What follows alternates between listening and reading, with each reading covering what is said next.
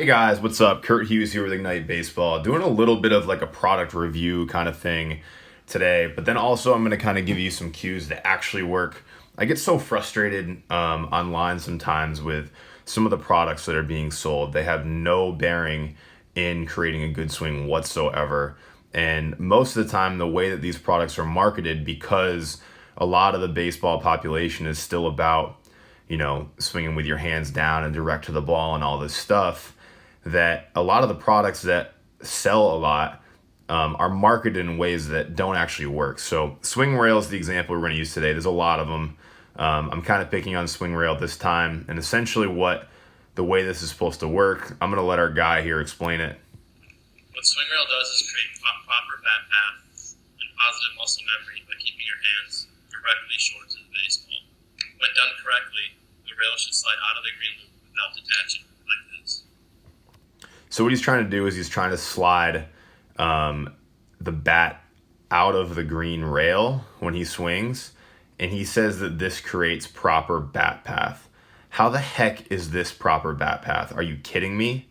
When we think of proper bat path, at least in my mind, what that means is that our bat should intersect the path of the pitch back here, kind of by the catcher's mitt, and then you should be able to carry it through the ball for as long as possible. And if we look at the way that this swing works and the way the swing rail trains the swing, he's really shooting his hands down excessively, moving his back elbow away from his rib cage and further away from his center of mass, which decreases in power and changes the swing in a negative direction. I don't know why anyone would use this product. Is there a way to repurpose it a little bit?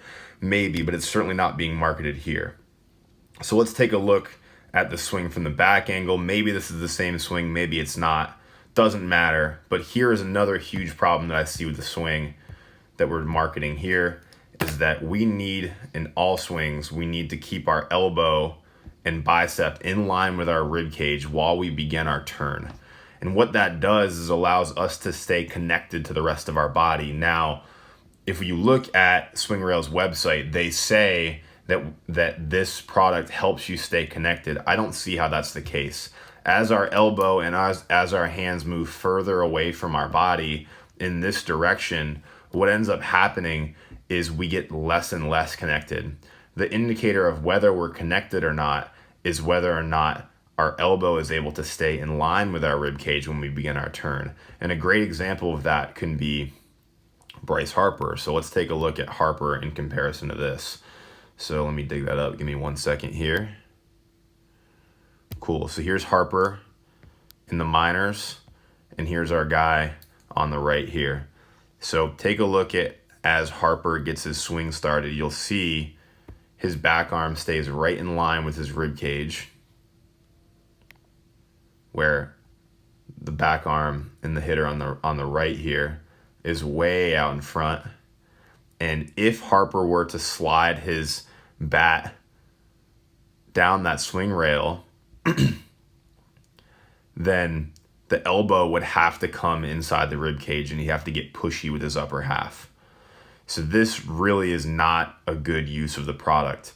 If you were to use this product and repurpose it in a better way, we'd want to stay in the swing rail for as long as we can and not slide it out. So we're learning to pivot our barrel without using our hands and letting our back arm stay behind our rib cage. But because the purpose of this product is to slide it out, it forces a pushy swing, and it's not something that we want.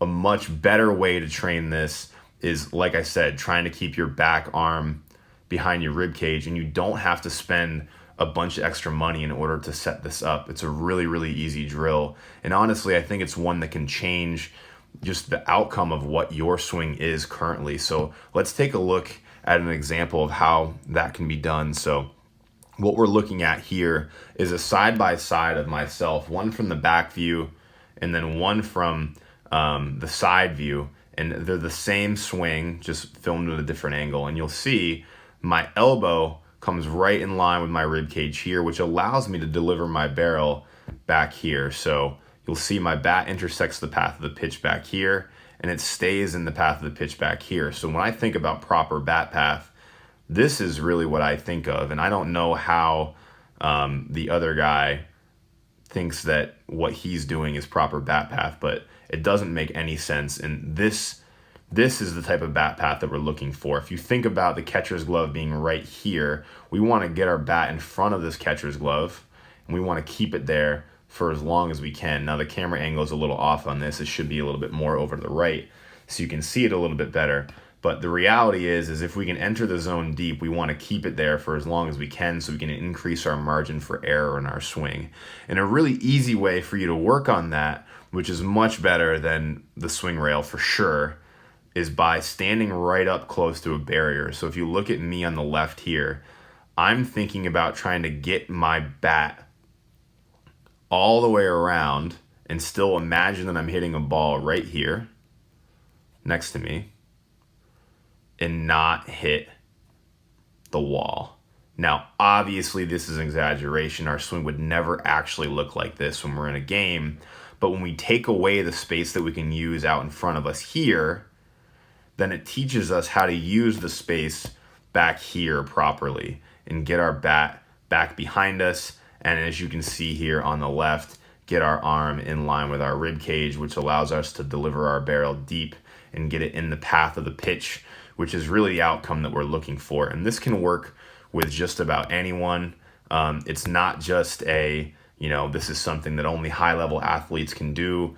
As we just looked at, I'm going to bring Bryce Harper up again.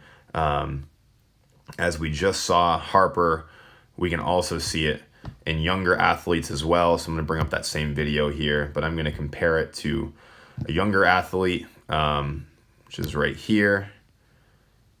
And you'll see here, all that we've done was the barrier drill that I just described. And we did it. And then this over here on the left is after him doing the drill.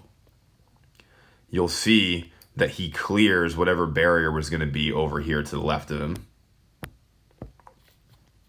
Right here, okay? But you'll also see as a result, it teaches him how to line that elbow up with his rib cage or bicep up with his rib cage when he turns, which allows a deep barrel delivery like this and allows him to get the attack angle that we want in order to be in the path of the pitch for a long time and also drive the ball over the infield consistently. And honestly, guys, I think this is a really underused camera angle as well. We don't look at things from behind enough. It can tell us a lot about what the swing is and what we're looking for. And really this alignment of the back bicep with the rib cage is huge for a lot of things that we're looking for. So things like the swing rail can really hurt your swing rather than help your swing. So I encourage you guys to steer clear of utilizing that product in the way that it's marketed. Now, like I said, there could be ways to use the product in a way not like the way it's marketed. I find this a lot. Another good example of that is the Speed Hitter, which is another product that's marketed in a way that's not what the best hitters do. So we shouldn't use the product in a way that is not what the best hitters do. We should only be trying to match up what the best do, and that's what we see here on the right with Harper and on the left here with this 8th grade hitter. Hope you guys have a good rest of your day. I'll talk to you soon. Hey guys, if you want more awesome hitting content from us, make sure that you subscribe to our YouTube channel, which you're probably watching this video on right now. Or if you're watching this on Facebook, follow us on Facebook. Follow us on Instagram, Ignite_baseball, and Twitter, Ignite_baseball as well. Hope you guys are having a great day.